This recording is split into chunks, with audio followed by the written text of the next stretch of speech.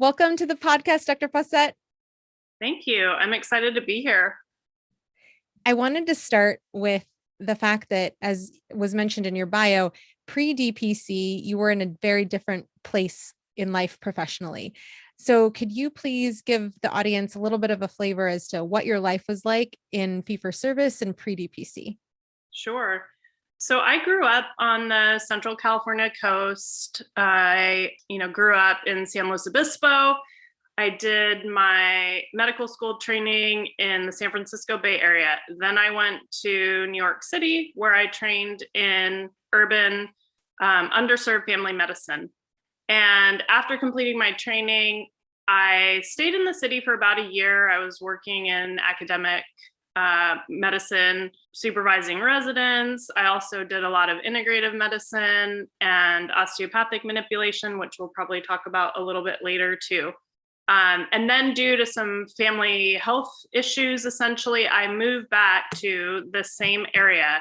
And my father, who's really well connected in the community, told me that in Santa Maria, really close by, 30 minutes away, was a new residency program in family medicine. And so I essentially just jumped on board there as founding faculty and the director of osteopathic education for that program.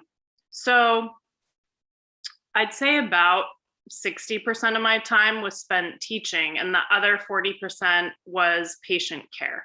And that entailed primary care as well as osteopathic manipulation. And being a new program and being not well understood by the administration of a large healthcare organization, there were a lot of challenges in terms of the patient care aspect. And so I would say it was even more, we were getting more directives about how much we needed to bring in financially, how long our patient visits could be. And it was kind of like, people, the administrators who are non-physicians would come into our faculty meetings and essentially shake their finger at us like almost every week about how we weren't bringing in enough money. And, I just got really frustrated with that. And also, we were in a clinic without really, like I said, any physician management. And so when we would try to correct things like making sure that there was continuity between a patient and their physician, whether it be a resident or an attending physician, it just never went anywhere. And ultimately, I got really frustrated after being there probably 6 years or so and decided I needed to do something else. And at that point in time, I didn't totally know what that something else was going to be. But that's essentially when I said, I just don't want to practice medicine like this anymore. I don't want to see a different person every time I, see a patient on my schedule. I want to have relationships with my patient. I need that in terms of the procedures that I do, the osteopathic manipulation. I mean, it's the worst thing in the world to be switching different people treating a patient every single time. So yeah, it totally different than where I am now. When you talk about that you were like, hey, I've got to do something different. I can't be doing this for the rest of my life. How did you branch out into other options in terms of your medical career, other forms of other models of healthcare, and what eventually led you to learn about DPC? Essentially, I was looking at a lot of different options. And at that time, I had a 5-year-old daughter, and my son was about a year old when I left Marion Family Medicine Residency in Santa Maria. And it was very challenging to decide what direction to go.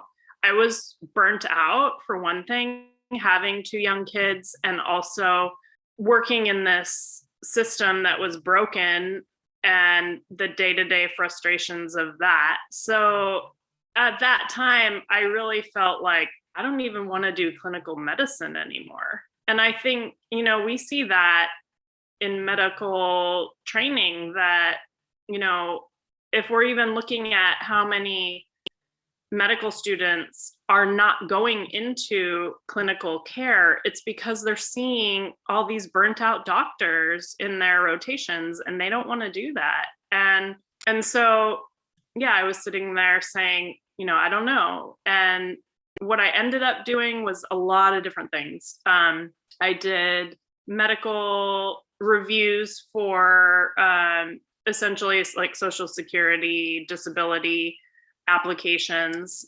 I shortly thereafter got credentialed with all of the various telemedicine companies, so doing urgent care from home. And the thing was, I had actually learned about direct primary care probably about 4 years before I quit. And that was through a medical school friend and colleague, Brianna Seafelt, who's in Denver. And I remember running into her at a conference, and she was in the process of leaving her employed fee-for-service position to start a direct primary care practice with the intention of doing obstetrics as well.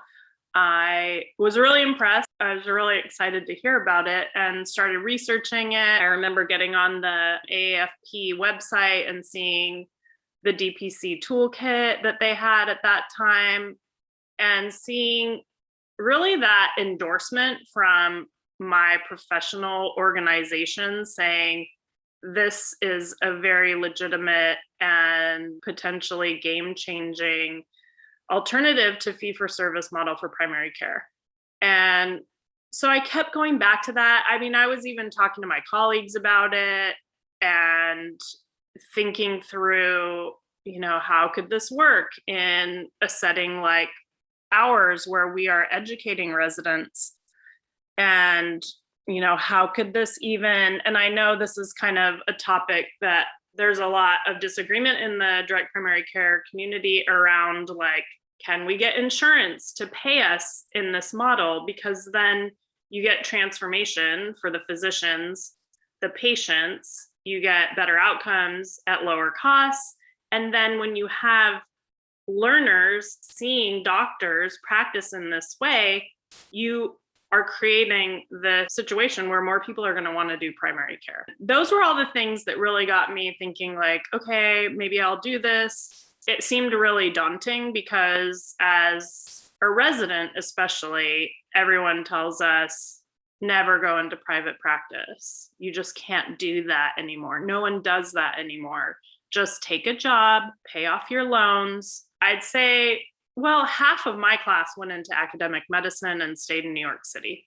But so many of my co-residents and people that graduated ahead of me came to California and started working for Kaiser, which, has its pluses and minuses for sure. Everyone's heard of the golden handcuffs, and those are very alluring to people who have so much debt and just want something easy, and they want to buy a house and they want to pay off their student loans. And yeah, I mean, I didn't have a lot of people around me encouraging me to do that. And so I'd say it took me about 6 months, and then I decided to jump in.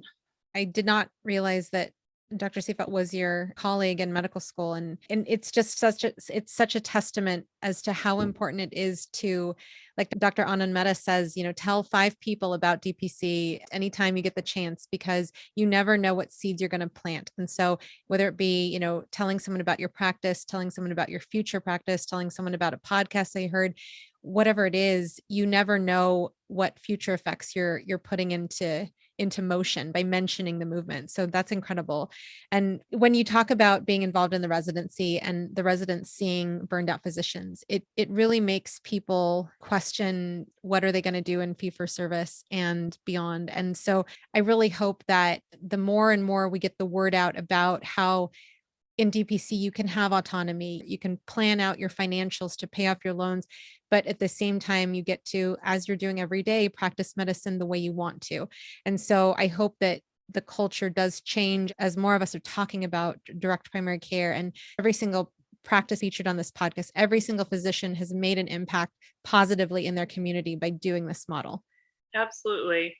Yeah, if I think about our first class of residents, one is non-clinical, did a fellowship in informatics. Another one I think he did a fellowship in something, but anyway, he is working in an ER. Another guy is medical director for a startup, non-clinical. Another one is an urgent care only with Dignity here in the area. Another one went to a student health center at a local university, which is essentially like urgent care.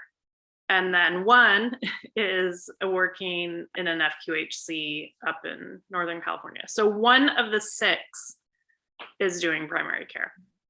Yeah. In my residency, I graduated 2015, but the classes of 2013 and 2014, I would say 80%, if I'm guessing, or more went to Kaiser, because I did residency in Modesto in Northern California also. And I was so excited when my former PEDS attending, he texted me, "Hey, there's a resident who's wanting to do DPC. Can I get him in touch with you?" And I was like, absolutely. I love that, the conversation is changing. More people are so much more aware of, oh yeah, DPC is totally a thing.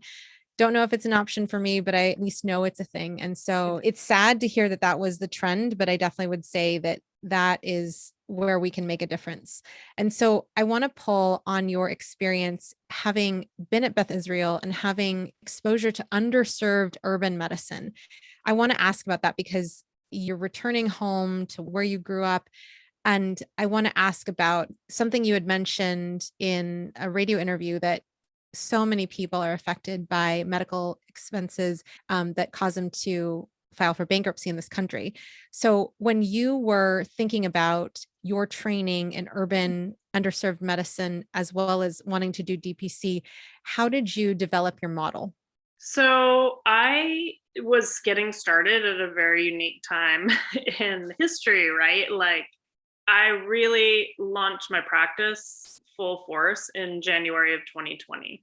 So I would say what my model was in my mind to begin with really shifted quite a lot, because I needed to raise my prices to be able to pay my lease and really had to restructure everything financially. But what I will say is that from the very beginning, for whatever reason, probably because of my training and just my background and my philosophy and my interest and, feeling this need to fulfill something in terms of social equity and justice around healthcare, I've just really always wanted to see DPC function in a Medicaid payer system. And so that was always in the back of my mind. Like, how can we do this? And then again, in the DPC community, there's, just too many barriers, too many hurdles, but it's still a dream of mine. In terms of financials right now, I'm still just a little bit above break even. And that has to do with a lot of different things. I also teach half-time, so I haven't really tried to bump up my numbers. And I feel like my patient panel, in terms of my time, is right where I want it to be. But that's something that I keep saying, like, if I had $1 million, I would do more in terms of trying to build those relationships and craft those solutions that are really focused on the community where we are. And that's one of the huge things about DPC, is that it's not cookie cutter. People can decide what works best for patients in their community. Absolutely. And this idea that we don't work for free, you have to make money to be able to fund your dream to serve your community in the way that you wish to serve it. But also, when you have the right price point, when you have your overhead covered, you can decide what happens with your time. A former podcast guest, Dr. Nasser Mohammed in San Francisco, shared that sentiment exactly, that he is able to charge higher prices. And with that, he does not have to take care of as many patients. And so he has the time to give his care for free to the LGBTQIA plus community in San Francisco. It's so true that you are the owner of your practice and you can design it to fit your community. Dr. Erica Bliss highlighted that as well in her podcast, in terms of that DPC evolves with the community as the community changes and its needs change too. Yep. Yeah. I know we see that a lot. with your osteopathic background, did you view your osteopathic services as a separate fee for your members? How did you work osteopathy into your practice? I chose to add it on as a separate fee, like a procedure. Reason being that it's often done frequently. So many of my patients I'll see twice a month for a period of time. And it really just depends on the patient, the frequency of their visits. So that would take me a lot of time because I'd say probably around 30% of my patients now are patients that I see for osteopathic treatments. And when I first started, I just recently raised my prices. I had them set at $100. I spend a lot of time with people too, so that those were 45 to 60-minute visits. So at some point it was like, I'm doing so many of these and it's taking so much of my time that I've got to structure it in a different way. So then I essentially just made it more compact. 30 minutes is, I don't even remember because my front office person just changed it in January. But I think it's like 30 minutes is $75, 45 minutes is $100. It's something like that. That it just kind of scales up like for every 15 minutes. And I think that's going to work a little bit better for our practice. And the thing is, I can actually do quite a bit in 30 minutes. And I just set that expectation in a way that wasn't really financially sound to start off. But, we learn and change things and adapt. Yeah, I've fallen in love with the idea that practice does not make perfection, practice makes progress. Because you opened during the pandemic, you had also included in your membership an option for telemedicine membership with 2 visits in your clinic, it's very similar to my practice in that I do 2 home visits included with the membership per year. So can you tell us a little bit about your strategy with the telemedicine membership and how has that gone for you? Yeah, we actually wound up having very low utilization on that. And I did some marketing outside of our area. So we did some Facebook ads in LA, we did some Facebook ads in San Francisco area, and we really just didn't get a huge response. It was mostly people looking for like kind of one-off urgent care visits, but I've left it for my patients who are out of the area. And really, it's only $120 savings a year, but I thought it just might be attractive to some people saying, hey, I'm just mostly going to do telemedicine and it's a little bit less expensive. So I probably only have 10 people on that plan. But still, though, it's great that you have it because it's not necessarily going to take more time to provide that service. Like you talked about your osteopathy offerings, but also you're licensed in the state of California. So I Right. definitely challenge people to think about like, if you have a license for a state and not a city or a county, you have the ability to maximize that license as much as possible. So I think Yeah. it's really smart to have that as an option. Now, Lindsay, with your training through the Andrew Weil Institute, do you offer integrative or functional medicine in your practice as well? And if you do you do it for a certain fee or is that included with membership? It's really part of my philosophy around healthcare. And so I would say it's included in the sense of I'm always giving patients all options for treatment of any medical condition that they have. And I'm always talking to them about a wellness plan for anything that they have going on. And also just in general, talking to people about health and wellness. And some of that comes from my osteopathic training, some of it through the training that I did in residency with the integrative medicine in residency. And I went on to just do more study and get my board certification in integrative medicine. And so within integrative medicine, there are a lot of different directions people can go. And I'd say most of my knowledge centers around mind body techniques like yoga, meditation. I'm certified instructor in Kundalini yoga and have done a lot of different meditation practices. I was a massage therapist before medical school. So, the manipulative side of sort of what is available to help with chronic medical problems and wellness is another area of focus. So like the mind body techniques, the hands-on manipulative techniques. I know a lot about traditional Chinese medicine, so TCM, and referring to my colleagues in the area. And then I have a fair amount of knowledge around herbs and supplements. So that's kind of the breadth of what I talk with patients about. I haven't delved too far into the world of functional medicine, but I know we're going to talk about this a little bit later too. My colleague, Carrie Hughes, who I met while I was in med school, and I have developed a program called Better Than Healthy. And so that's really focused on more so the wellness plan, the integrative techniques. And she is at the tail end of getting her certification in functional nutrition. And so that has a lot of the same concepts that some of the other functional medicine training programs have. And so a lot of people in our area are looking for that. We've had a lot of providers retiring. It's not something that I, at this point in time, feel really drawn to studying and learning myself, but I do see the value for patients and the interest from patients. And I think it's one of those things that draws people in, and then you can start talking to them about things that support wellness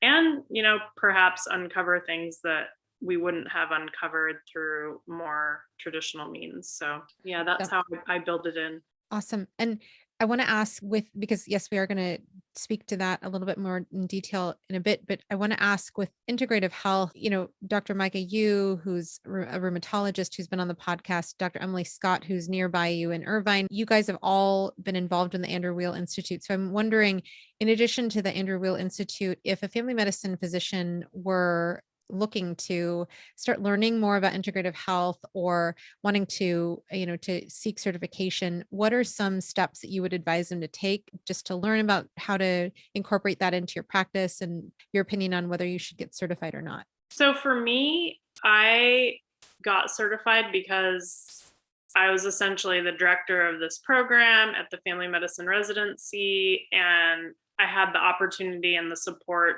to go through that process to get board certified. But honestly, I think it's unnecessary. And really, it just has to do with areas of interest and what people feel like they want to really focus on with patients in terms of, I'd say broadly, integrative medicine is about supporting health and wellness and less so on focusing on disease. And that's probably a lot of my osteopathic training coming through as well. But, the residents would often ask me the same question. And I would say, we've done however many hours of training for the residents that were in our integrative medicine and residency track. And I would just send them with David Rakel, who I think he's still in New Mexico, but he was at the University of Wisconsin. And his textbook is the book that a lot of people use to study for that integrative medicine board exam. And I know the requirements to get certified have changed, but that book is just brilliant. It's just great. So if anyone is sort of just interested in getting going, there aren't, to my knowledge, a lot of great web-based resources to look up sort of that point of care, patient-oriented approaches in the moment when you're seeing a patient in the clinic. And for many DPC docs, you have the time to look things up and talk to your patients about it while you're with them in the office. And so I just really like it in terms of that it's like, oh, what was that thing I read about for migraine headaches or IBS? And he just does a great job. There are these two little kind of sheets at the back of each chapter, and it goes through all the different mind-body techniques and supplements and all the different, more traditional approaches, medication, all the different things. And he talks about level of evidence and risk. So there's this thing at the beginning of the book where he essentially, one's like a number, one's a letter. And essentially you want these things that are like low risk, high evidence, or at least low risk. No one's going to do anything that's low evidence, high risk, for instance. And that's a really common concept in integrative medicine. Like when we're teaching med students and residents, it's something that I would always talk with them about, and you just graph it out and like, here are the things that have really no evidence because no one's studying them, but have this potential benefit for a lot of people and they're low risk. So go ahead, run with it, try those things. Thank you so much for sharing that resource. I'm sure that people who are interested are, jumping online to go buy it now. Yeah, it's a great. Yeah, awesome. And in terms of supplements on your social media, I've seen supplements that you have as part of the offerings in your practice. So I want to ask, how do you choose which supplements to support in your practice? And does that allow you to bring in some extra income? So I have always structured it that everything that we sell in the practice to members is at cost. I've always structured it that way. Now that I'm working with Carrie, we're having conversations around it, and she's like, "What if we just do a little bit more than cost and at least try to get a little bit of a revenue stream coming off of it?" But we're not like the practice that's like, okay, and now you're going to go talk to this person who's going to sell you every supplement under the sun, and you're going to walk out of here with 2 like hefty bags full of supplements, which no one likes to see. And Carrie and I are so on the same page about that. And I find it's really unique. Like I get a lot of patients coming in who are just on a plethora of things. They don't know why they're taking what. They don't know if it made a difference. And sometimes it could take me like 45 minutes to go through all of that with a patient. And now I have Carrie in the office. And so I can just say like, hey, we're going to get you scheduled with Carrie, and she'll just like pare it down. She's like, you don't need this. Why are you, all of these things. Here are the 5 things that you can use. And often those are very similar, patient to patient. A lot of things are good for everyone, especially with immune health. And so in terms of brands, I have just found some of the brands that I like, and some of them are just, more reputable. Carrie has been working as a consultant for supplement developers for decades. There are a few brands that we really gravitate to for that reason. Gotcha. You mentioned you have 250 patients, and you shared how 30% of your patients do have osteopathy. Do you feel that there's ever a concern about losing your skills or your confidence in skills with a number like 250? Not at all. And it's actually really perfect for me now. And I always envision this practice as being not even necessarily for me, and just, like we were talking about earlier, everybody's going to have their own design for their practice. But I never wanted to like make a ton of money from the practice. And, if it at some point is getting me to like 50% of where I want to be in terms of my salary, like that's awesome. And even less than that is great, because I have that support financially from my teaching that has always been important to me. So when I, going way back to 2019, when I made this decision, it was like, I was only going to do osteopathic manipulation, and I was only going to do home visits. And I started that way for a few months and then realized, no, I don't want to lose my primary care skills. And so I think it's been the perfect number to just keep my skills up and be able to teach and be able to do all the other things I want to do in my life.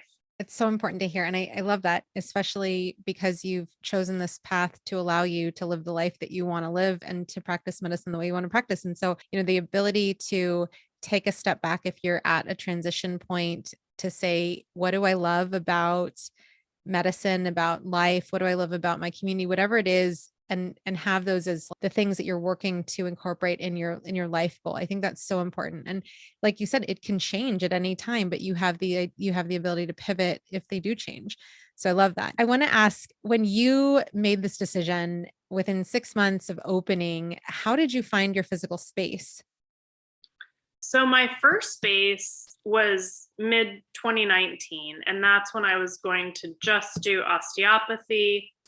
And I was trying to get malpractice insurance, and they would not issue me a policy unless I had a physical space that was not my home. And I don't know, there's probably got to be other possibilities out there. But at the time, it was like, okay, so this physician colleague of mine who does osteopathic medicine, I called her, I tell her the story, and she's renting a room 2 days a week in this bigger office in San Luis Obispo where there are all massage therapists, but then she's got her little room there. So she made me an offer I couldn't refuse. It was $150 a month for this place, just to be able to have a place to call my office to get malpractice insurance. And then ultimately I started seeing patients there like a couple half days a week. So that was my first space. And then I outgrew that space. I took over another space in that same building, but it was an old building. It wasn't really safe for some of my older patients. And at that time, I maybe had 15 or 20 members in addition to the osteopathic practice. And I just took this leap and was like, okay, I'm going to get a bigger space and I'm going to rent out some of the rooms was my idea. And I remember I'm on like a lot of different committees, and one of them is the Osteopathic Recognition Committee for ACGME. So I remember I was in Chicago for that meeting and I'm like looking for office space and I see this amazing space. It's like pretty reasonably priced for our area. And I'm sitting there, I'm like, there's no way I'm going to be able to go see this place. It's probably like going to be rented by the time I get back. So I don't even call. And then a couple weeks later, I'm driving by the office. And I know this office because a naturopath colleague of mine was in there. I actually had a friend who was renting there. Like, I know the space really well. It's great. I'm like, wow, that's for rent. And it's so cheap compared to like all the other spaces available. And so I was driving and I saw this like for rent sign. So I call like immediately and he's like, I'll show it to you right away. I went to see it. And he was like, yeah, these people signed from LA, we're going to buy it. And they just backed out like a week ago. So I was like, I went across the street. This friend of mine came to see it with me. We went across the street, got a cup of coffee. I'm like, I'm just going to do this. And so I called him. I signed the lease like 3 or 4 days later. And that was the end of January. And then my move-in date was going to be March 15th. And I started moving in around like the beginning of March. And so, as we know, there was a lot going on in March of 2020. And essentially, I had done some, I'd say like minor renovations, like carpet and paint during that time. And then, yeah, the pandemic went into full force. We were, everything was shut down and kids out of school, all of that happening. And I remember within like a couple of weeks of the first shutdown, I called my landlord and I was like, I got to get out of this lease because I'm not going to be seeing patients and I barely could afford it anyway. And I can't rent out these rooms. And he was like, he is the most spectacular person. And at the same time, he was like, he didn't want to lose that income either, but he's like, sure, like no problem, but you've got to find somebody else to take over the lease. And I was like, that is not going to happen.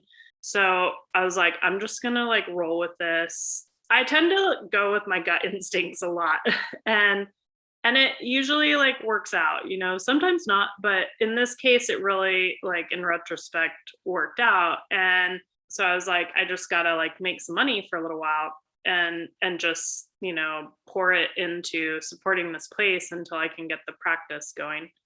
And I had already been credentialed with all the big telemedicine companies. And for anybody else that was doing telemedicine in March, April, and probably part of May, it was extremely lucrative. And so that really held me over for about 3 months until various things changed.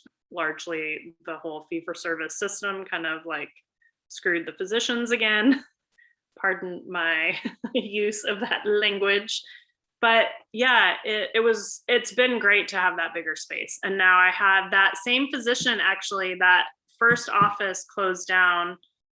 Someone bought it and wanted to do something else with that space. And so she needed a new space. So she called me. And so I essentially am just kind of repaying the favor of she's there 2 days a week. And, my overhead there is probably about $3,500, and I'm charging her like $400 a month. I'm kind of like giving back to her for helping me out, in my first year. And it's great to have her there too. She does osteopathic manipulation, so we can co-treat on, more challenging cases which come up every once in a while. And she's a great teacher. She's been a mentor of mine too. So it's great. And yeah, I've got Carrie in the office now, and I have space for medical students when they're there. I have another physician who's doing osteopathic manipulation a half day a week, and I just hired a nurse practitioner.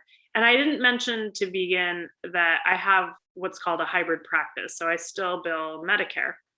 So my nurse practitioner is seeing mostly Medicare patients, and also more urgent visit for my membership patients when I'm not in the office teaching, for example. I travel a little bit for that sometimes. And when you talk about Medicare, is osteopathy a quote unquote covered service under Medicare or no? It is. So the reimbursement isn't great, but when it's coupled with the E&M codes for an office visit, it's not bad at all. And in terms of your practice being hybrid, do you have someone do your billing for you, or do you do your billing yourself? I have someone do it, and it was actually passed along to me from, I cannot even remember, because like probably other people have spoken about, there's just so much support from the direct primary care community and physicians to people getting started that I can't even remember who that was, but someone gave me the name of their biller. So I've been working with her from the beginning, really. Definitely, if you're on the DPC docs group, you can search through the threads for medical biller or hybrid biller, whatever, keep being creative with the search terms, and you never know what you're going to find. Yeah.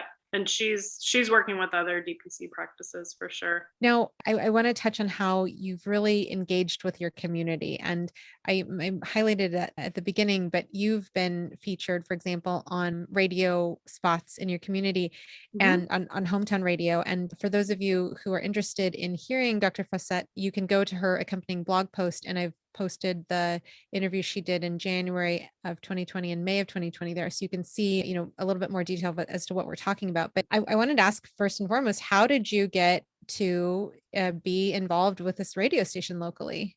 Yeah, so it was actually due to this patient of mine who I will call Michael. I think he gives his full name on the radio episode, but he has a long-standing relationship with Dave Congleton, who's the host of that show. And so he's retired. I think he talks about how he's on disability for some of his medical conditions. And so he essentially kind of took me on. His professional career was in marketing and brand development for organizations. And he had a lot of experience working previously with, large medical organizations and physicians, private physicians. So he had a lot of really great insights and thoughts about how to help me get started. And that was one of the original ideas that he had. And that was really shortly after he and I met, I think, in the summer of 2019. And then he started helping me in that capacity, probably in like November, December of 2019. So that was one of the first things we sort of worked together on, was the hometown radio episode. It was really fun. I had a medical student with me at the time, so she was there, and then his friend did some photos, and then we did some photos afterward. And so that was all really fun. And just, I'm really grateful to all those people that helped me in the beginning. And really, like, I probably could have spent a great deal of money trying to put together some grand kind of marketing strategy and plan, and some DPC practices go that route, and it pays off, but sometimes it doesn't. And there were times that part of his advice was really understanding your area and what works well in your area. And I think across the board, Facebook ads are probably working pretty well for a lot of people. And in retrospect, I spent a fair amount of money on the creation and payment for running radio ads. And that was maybe in the spring, summer of 2020. And so I would not do that again. It was really low yield. I think it broke even with the number of patients that I got, but pretty low yield when I think about how much I've been spending on my Facebook ads, which I stopped running last month because I just don't even need it. It's like I've hit this tipping point and I'm trying to figure out how to have enough time to see the patients that are enrolling. It makes me think about how Dr. Doug Farrago had recently posted on DPC News about finding your avatar, finding your ideal patient. And that's not necessarily new to business and entrepreneurship, but when it comes to marketing, especially like yourself, you opened in a community where there was no DPC prior to you opening, and reaching out to people, talking around your community about how you're wanting to market. You never know what you're going to pick up. And it's so interesting that you share that because Dr. Janine Rodhams, who is in the Monterey area, she said that for her, the NPR radio spreads really helped her practice. So it's definitely community specific. But I love that, your experience with Facebook has really proven like that type of advertising has really proven to help your practice. Yeah. It gives people, things to think about when they're marketing in their own community. And Yeah. I want to ask you there, in terms of with you, going on a radio show with your patient and to hear, for a lay person who's not in medicine and who understands the frustration of, I can never get into my doctor's office, and to hear him say that he can text you, he can email you, you can do home visits if he ever needed that, it's so powerful. And I want to ask about, how was that going on a radio show with your patient? How was that experience? By that point in time, we were friends. And so it was just like talking to a friend. I had heard essentially like a lot of what he was saying before. And it was very comfortable because also he gets called on to that show quite frequently. So like he and the host knew each other really well. He kind of gave me the lay of the land and was like, here's what's going to happen. And we'll go to a break and then we'll talk about what's coming up next and the questions. And so it was all, really quite easy. And I enjoyed it. I thought it was really fun. Yeah. I just want to put in a piece here. Dr. Brian Blank on his episode had talked about his previous career in journalism. And he mentioned how frustrating it was as a journalist to sometimes not be able to find somebody to find quotes for for his news article or whatever he was doing at his journalism pieces. And so he mentioned in his interview, if you are the person who can drop what you're doing at a minute's notice to be that person, that's one way to get more and more media interviews. So definitely want to drop that there. Yeah. In terms of when you approach, public speaking, public engagements, or just talking about your practice in your community, I want to ask, what are some high yield value proposition points that you drop, whether the conversation be 1 minute or 5 minutes, with people who are not necessarily familiar with your model? So often, and we hear this a lot in the DPC community, we get confused with concierge practices. So when I'm talking to patients who are calling about it, I don't really even try to do that much education around that anymore because, they have a general idea, and it usually centers around like, I'm paying something and I get, this increased access is really, I think, what it is about for most people. So I tend to just highlight that, and really the better outcomes and more time. And then if I want to get into the financial benefits, it's like, okay, well, we have, our contracts with the lab in town so that we can get labs at cost if patients have a high deductible. We can help them navigate the healthcare landscape so that they are likely saving money. And one thing I always throw in as well is that, and it's true, and probably for a lot of practices, that while it might not entirely make financial sense for patients who are having, maybe 4 or fewer visits a year to establish with the DPC practice when they've got commercial insurance and they're paying a monthly fee. It just might not make financial sense when you look at all the numbers. However, there are a lot of patients who join my practice because of that access, because you're never going to get as much time and you're never going to get the access that we can offer as DPC physicians. So that's a huge piece. And I got to the point where I can't even do those calls. Like that happened a lot sooner than I thought it would. I thought I could get to like 100 patients, but I had to hire someone part-time when I was like at, I think 75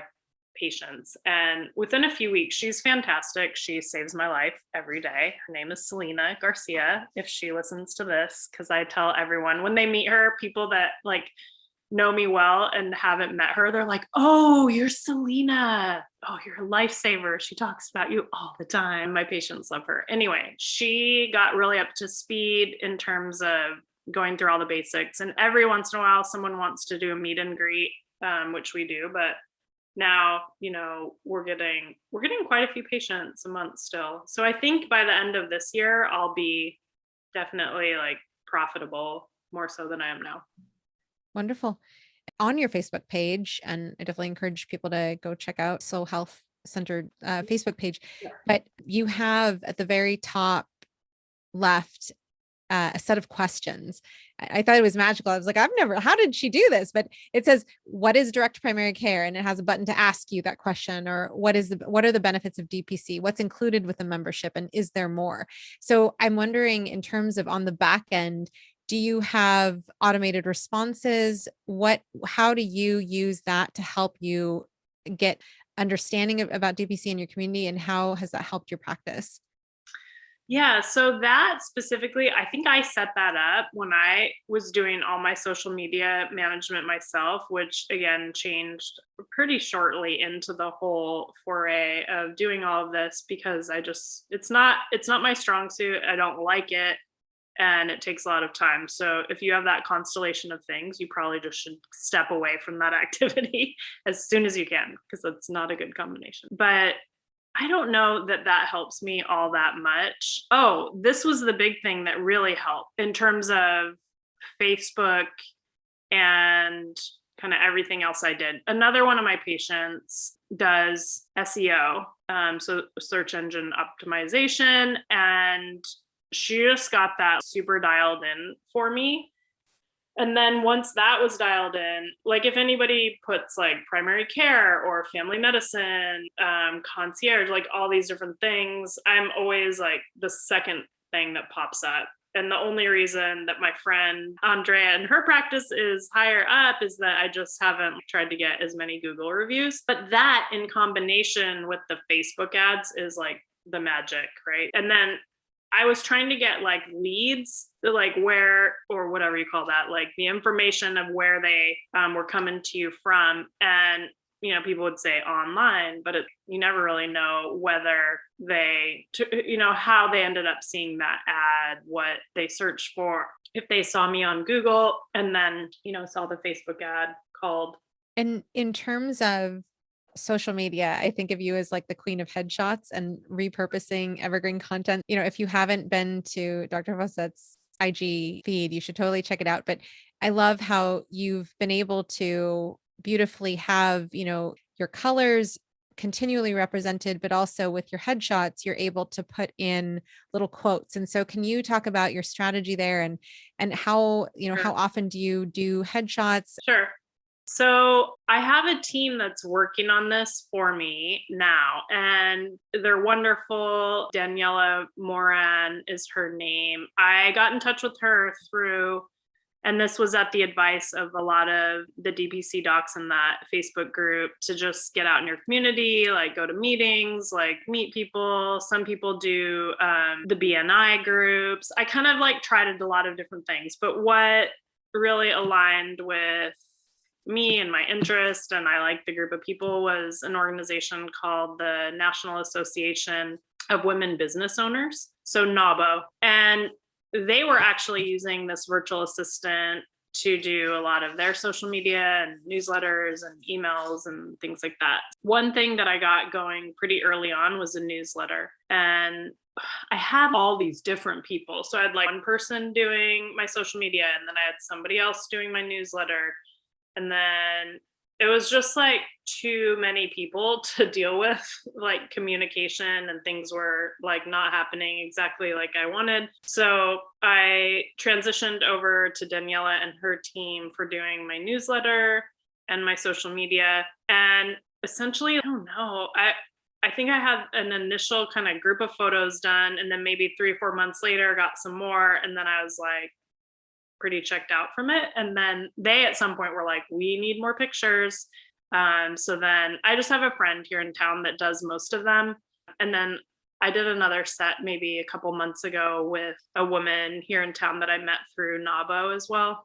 I kind of just like jump on the specials when people are like, we're doing like a 45-minute headshot special and it's like $300. And so I'm like, okay, that's what I'm gonna do. But and for a while I would say too that I was really watching social media because I'm not like a social media person. I don't like scroll. It's just not something that I do in my day. And so they posted it in a program called Later, and I was able to just go through and in advance see that postings that they were gonna put up. And so I monitor it for a while, and now I don't. And sometimes when I do then look through, I'm like, I might have said that a little bit different, but it's no big deal. And it's not, I don't think, I just feel like I like the consistency for my patients. And, I probably could save a little bit of money by not doing it, but I like it. I think it's a good way to just stay in touch with people, even if it's just a few people. Especially when we look at culture in this country, most adults are on social media and most of those people check social media every single day. So it's definitely, there's this argument, should you or should you not be in social media? But I would definitely say, especially if you are able to pass off the management to somebody else and still fairly represent your practice, that's you making the most of somebody else's time to help you so that with the 24 hours in your day, you're not, overextending, never ending. And then Lindsay, can you say, because it glitched out, can you say the National Association of Women Business Owners? Yeah. Yeah, the National Association of Women Business Owners, NAWBO. It's a national organization, and our chapter started 4 or 5 years ago. I was on the board of directors for that group last year, and that's been like a really great thing to do. If people have the time getting started, I think you build even stronger relationships. And I would say in my first year, and this was the same thing for trying to recruit employers as another sort of like, some people really take off and they've got a ton of employers paying for the membership for their employees. And I tried a lot of that in the beginning. It wasn't successful for me, other than I would typically get the business owner to join my practice. And I would say similarly, that happened in those boards that like people would join, or their, partner would join, or they would sign up their kids. But then at some point you just start getting so many word of mouth referrals. So it's like you just, after some period of time, start to see the ripple of the word getting out in the community. So now you've mentioned it. I'm so excited to hear more about, I want to ask you about your Better Than Healthy program and Better Than Sexy program. What are those, and how have your lessons from DPC helped you run these portions of your career now? Yes. So I love launching new things. I will probably do it for the rest of my life. And like I said, I came to Santa Maria to start a residency program. So that was like a huge undertaking of all the curriculum development, building relationships in the community, getting the word out, all of the, public relations, and just, getting everything going with the new program. And I did the same after I left with the new medical school in Clovis, California. And so I need a little bit of chaos, or I don't know what to do with myself. So I similarly, I think it was early 2021. I had this as like a goal that I was going to do a coaching program, because like everybody knows, like every doctor in the sun is a coach now.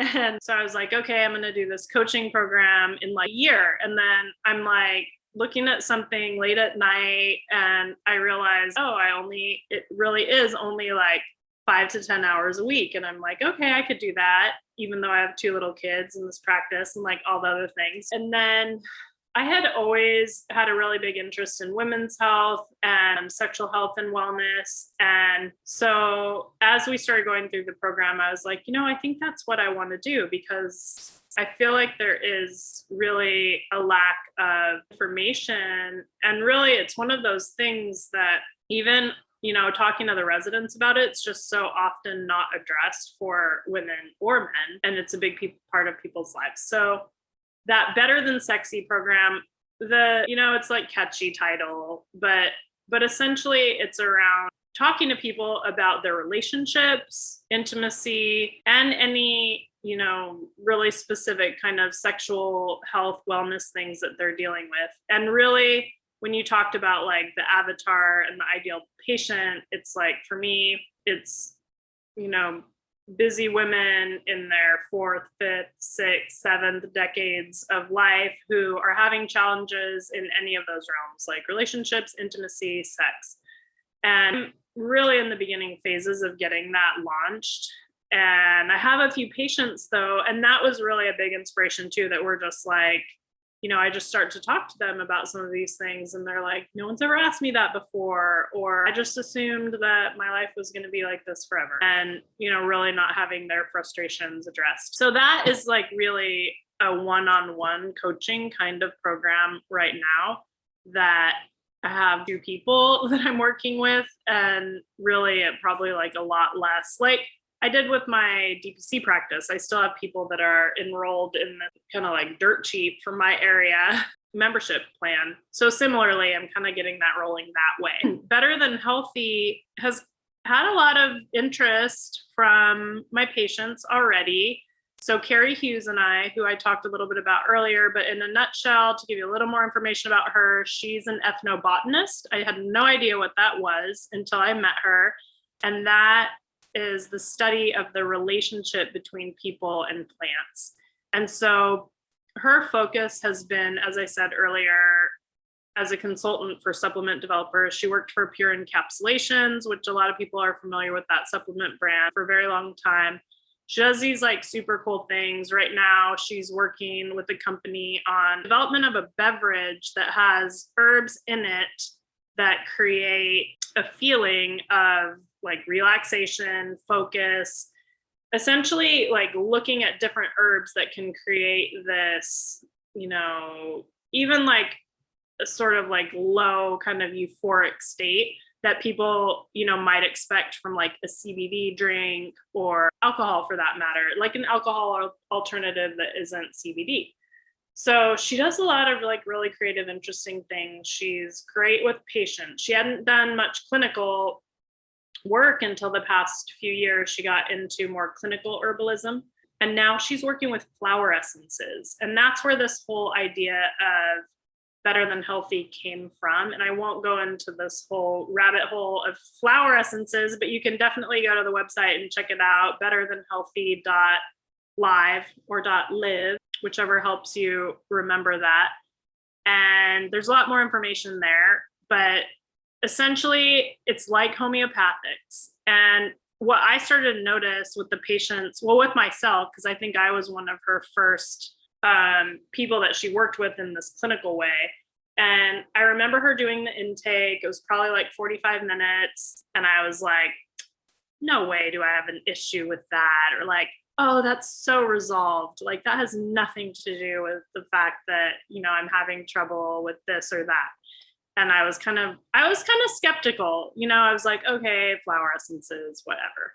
And then I was amazed at how I started to see some of the things that she was telling me. And, whatever, we learn about placebo effect, but one thing again in integrative medicine is that there's a meaning effect. So that is something very real. And if we're accessing that, maybe it's the flower essences, maybe it's the meaning effect, kind of doesn't matter. I think what a lot of it is that relationship that she's developing with people that she sits with for 45 minutes and then gives them a pathway to look at these different things that are influencing their overall health. So she'll even address like hypertension, and then it gets back to like, oh, they're having this problem like with their sister or their father, whatever it is, and let's put together this flower essence that's going to help with like grief around the loss of this relationship or whatever it is to, help with their hypertension. I have a patient who had long COVID and had all these like GI things going on and got off of all of her meds for gastroparesis, she had like really severe gastroparesis, had a lot of cognitive things going on. And through not only the flower essences, but like the flower essences and supplement really got a lot better. And I never would have even asked her about this, though I said this about relationships, but she had a laundry list, like 30 things on her problem list. And so I didn't, when I saw her, have a lot of time to ask her about her relationships. But after she started working with Carrie, and she's so funny now, she comes in and she's so happy to be there and to see Carrie. And she's like started dating again, which she hadn't dated in like 10 years. And she's got, some people that she's seeing that are like, it's really brought a lot of joy and happiness to her life that wasn't there before. And so that's really where I've seen Carrie. I know we're going to talk about this in a bit too, but we have put together a workshop called Becoming the Family Shaman. And we did a little kind of intro to it a couple nights ago, and it was really fun. But Carrie even still is, I'm just like new at this and I'm learning, which is true, but it's been really amazing to me, the impact that I've seen her make with patients. You mentioned this program of Becoming the Family Shaman, and it's going to take place in June. So can you tell the audience about what it is, and if they're interested, where can they go to find out more information? Yes. So this was something we started thinking about 2 or 3 months ago, and it really had to do with the fact that we both are professionals and trying to balance our home life with our professional life, like so many people are doing. And I think initially we were really gearing it toward women because that's our perspective. But really, in doing this introduction, again, our avatar, like who are we targeting our program to? On the Better Than Healthy website, one of the first lines is like, we want to work with women. And then it's like, and a few good men. But we really started to realize doing this intro that this is really about how to take care of yourself and find your personal power through a variety of techniques that we talk about, but we are essentially sort of giving people the groundwork to remember that they can be a place of peace and refuge and healing and wholeness for themselves, because that's the integral piece, is being able to be that for yourself. And when you can be that for yourself, then you can start to take care of the people in your immediate surroundings. So for instance, I have a friend who lives in what some people call a commune, but they have 20 people living in this big building in our town. And I was talking to him and he's like, well, what do you mean? Like becoming the family shaman? Like, I don't see how that applies to me. And like, I don't have kids. And I started thinking about that afterward. And I'm like, we do need to like rework the title, because it really is about like your home environment, where you live physically and the relationships you have in your home, because that really is like the foundation for how we then are operating in the world. If we don't have that strong sense of being whole in ourselves, whole in our relationships, then it's really hard to step out and make an impact in the world in the way that we want to. And Carrie's focus and my focus are a little bit different. So we talk about that too, where she's, the clinical herbalist, the flower essence specialist, the ethnobotanist, and I'm the family physician. And so how, we can really work together to help people develop their own personal program for supporting their health and making the impact they want to make in the world. So it's been really cool to be able to develop this program with her. So it's a membership-based program like my practice, and she is delivering most of the patient care, you could say, in working with people around supplements and a wellness plan. Like I said, she's doing functional nutrition and a lot of functional medicine, but the idea is that that the overarching thing is treating the metabolic chaos, which has to do with the acronym diet, rest, exercise, stress reduction, and supplements. And supplements is at the end of the line. And why is that? Because they're medicine. They're just like pharmaceuticals in this model of looking at functional nutrition and health. So functional meaning like get to the root cause of what's going on. And our plan is to build it pretty slowly because she's getting a feel for what the balance is for her between her consulting practice and this new like clinical care that she's doing. And then we have essentially like weekly meetings where we go through our patient panel and talk about things that she might have questions about. And then I'm learning from that too, so that I can educate my patients just in my practice. And so a lot of overlap, like sometimes people from my practice are funneling into hers and vice versa. And then we have some discounts when people enroll in both. And we're, again, like getting the pricing right, but we've priced it kind of on the low side while we're getting started. And then I think a long-term goal that we've talked about is marketing it to bigger communities, you know, perhaps employers, though I'm tending to think that's not probably I just haven't seen a lot of like wellness programs really have a lot of great success with employers because it's like, why would we pay for that? But where I see it might be helpful is even other DPC practices who want to offer something to their patients and don't feel like they want to take the time to invest in learning all these things, but see the value. So that's one possibility for the future. And yeah, we're just excited to have it get going. It's been in the works for less than 6 months, and we're going to get launched on social media in the next month. So interesting. And there's been so much chatter that I've read on DPC Docs about functional medicine, who does it, how do they incorporate it? Thank you so much for sharing how you've incorporated more integrative functional nutrition into your practice, and hearing, you know, these endeavors that you've taken on recently, as well as your DPC practice. If others were wanting to reach out to you, what's the best way to connect? They can reach me at contact@slohealthcenter.com. And the website's slohealthcenter.com. Perfect. Thank you so much, Dr. Faucette, for joining us today. Yeah, thank you for having me. It's been fun talking with you.